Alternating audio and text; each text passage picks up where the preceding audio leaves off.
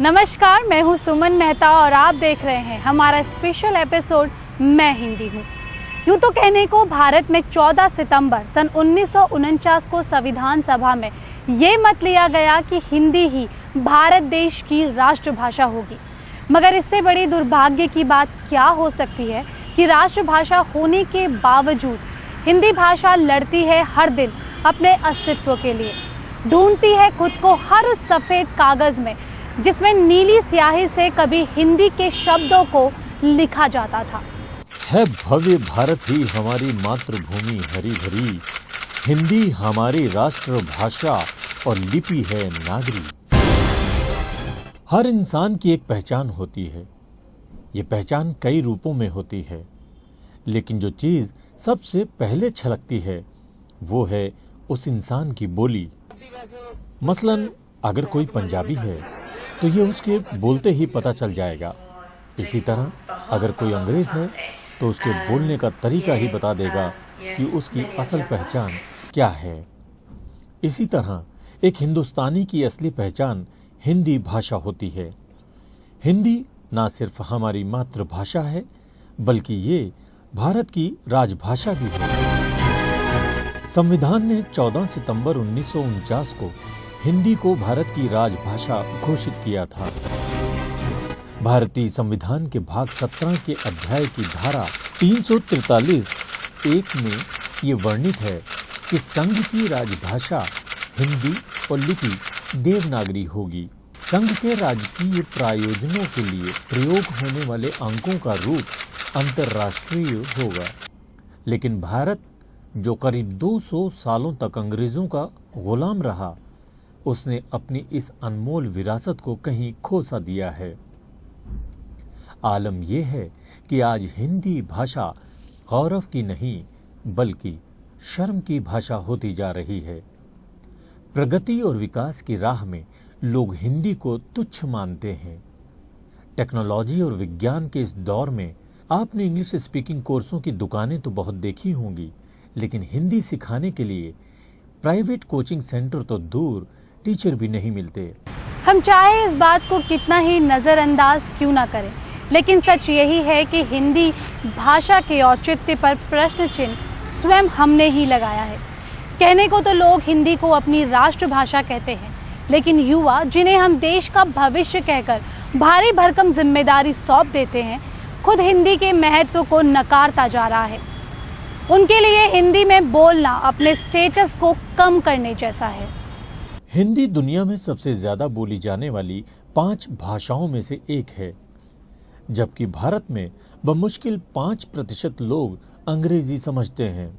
कुछ लोगों का मानना है कि ये प्रतिशत 2 से ज्यादा नहीं है। अंग्रेजी प्रकाशकों के लिए यही बहुत है।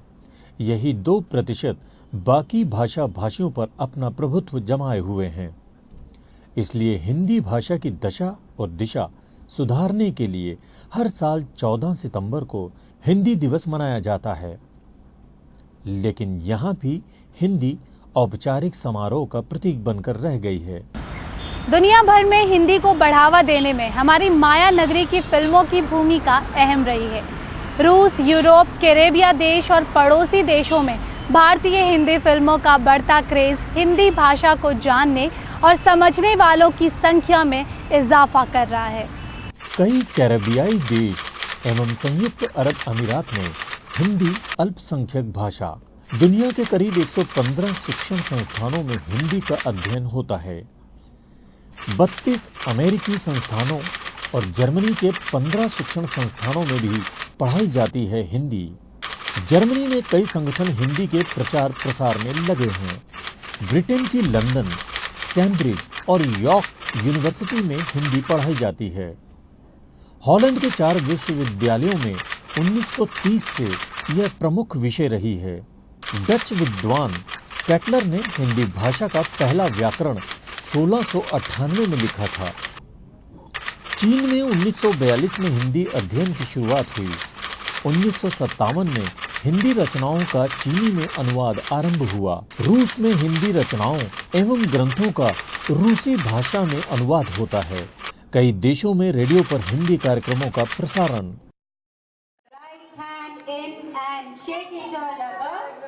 लेकिन ये शर्मनाक बात है, जहां एक तरफ हमारे देश में हिंदी भाषा के साथ सौतेले जैसा व्यवहार किया जा रहा है, वहीं दूसरी तरफ हॉलैंड, ब्रिटेन जैसे देश हमारी भाषा को सीख रहे हैं, बल्कि हिंदी के संस्थान तक वहां खोले जा रहे हैं।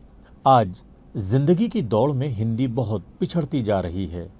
जब तक इंसान ग्लोबल भाषा अंग्रेजी के साथ नहीं चलेगा, वो तरक्की नहीं करेगा, जिसके चलते आज माँ बाप अपने बच्चों को अंग्रेजी स्कूलों में पढ़ाने के लिए ललायित रहते हैं, ताकि जिन समस्याओं से दो चार वो हो रहे हैं, उन समस्याओं से उनके बच्चे ना हों। बदलते परिवेश में हमारी भाषा हिंदी का रूप रंग ही बदल कर रख दिया है। आज आप अपने छोटे बच्चों को फैन कहना सिखाते हैं, ना कि पंखा। आज बच्चों से वाटर मांगा जाता है, ना कि पानी। आज बच्चों से पूछा जाता है कि फ्रूट कौन सा खाओगे, ना कि फल कौन सा खाओगे। युवाओं को देश की पीढ़ी कहा जाता है। आइए जानते हैं युवाओं से, लेते हैं उनकी राय कि वो क्या सोचते हैं इस बारे में। रोज़मर्रा की ज़िंदगी में आजकल ये हमारा फ्यूचर हो गया है। वैसे जैसी जो सारी एमएनसी कंपनियां आ गई हैं, बहुत से रीज़न हैं।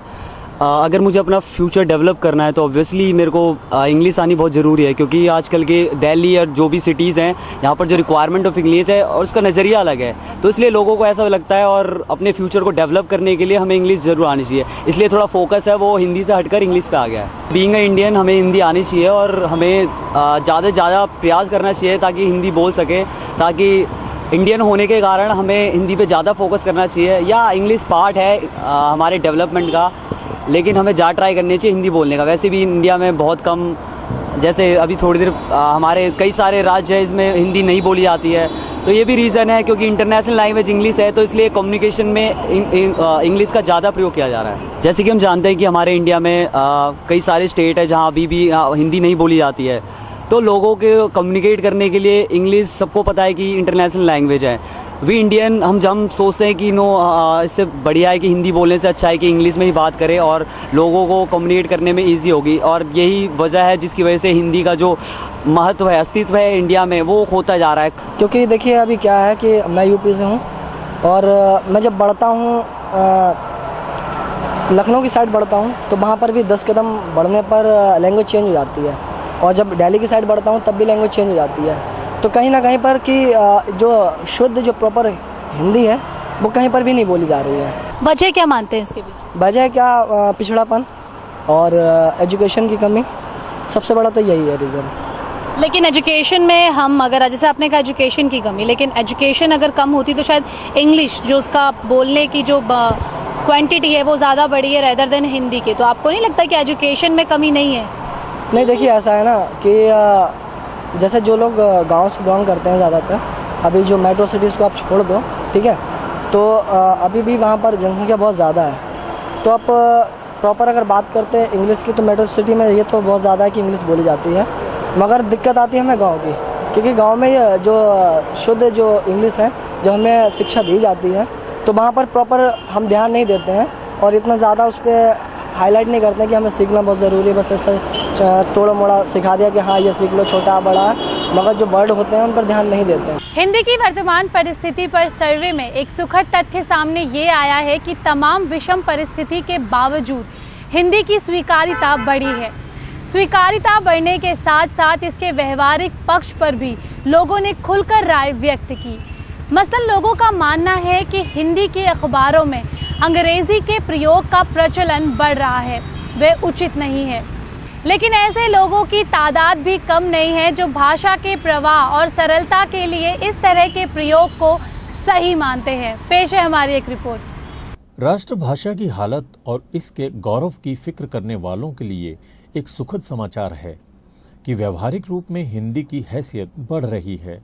हालांकि माना और देखा तो यही जाता है कि अंग्रेजी के साए में हिंदी पिछड़ रही है, लेकिन इस आम फहमी को एक सर्वे ने झुठला दिया है। इस सर्वे से खुलासा हुआ है कि व्यवहारिक दृष्टि से हिंदी की स्वीकार्यता बढ़ रही है और राष्ट्रभाषा ने अंग्रेजी समाज में भी अपने चाहने वाले बनाए व बढ़ाए हैं। सर्वे में शामिल अधिकांश लोग मानते हैं कि दिवस और पखवाड़ों के आयोजन से हिंदी के प्रचार प्रसार में भी मदद मिली है और इसका सबसे अच्छा उदाहरण है कंप्यूटर सॉफ्टवेयर, जिसमें अपनी बात अंग्रेजी में लिखो और उसका हिंदी रूप सामने आ जाता है। इसके अलावा धीरे धीरे ही सही हिंदी अपना अस्तित्व बढ़ाती जा रही है। विश्व की विभिन्न भाषाओं में तीसरा स्थान प्राप्त करने वाली इस भाषा को अहिंदी भाषी राज्यों में पढ़ा और समझा भी जाने लगा है। इस वक्त मुझे मृणालिनी घुले की कविता याद आ रही है। संस्कृत की लाडली बेटी है हिंदी, बहनों को साथ लेकर चलती है ये हिंदी। सुंदर है, मनोरम है, मीठी है, सरल है, ओजस्विनी है और अनूठी है हिंदी। मैं सिर्फ इस हिंदी का जो हमारा आज का ये एपिसोड है, इसमें आपसे यही उम्मीद और साथ ही आपसे यही गुजारिश करना चाहूँगी कि अपने जीवन में बहुत ज़्यादा नहीं तो कम से कम आम बोलचाल की भाषा में हिंदी का प्रयोग करें। उम्मीद करते हैं आपको हमारी आज की ये पहल पसंद आई होगी।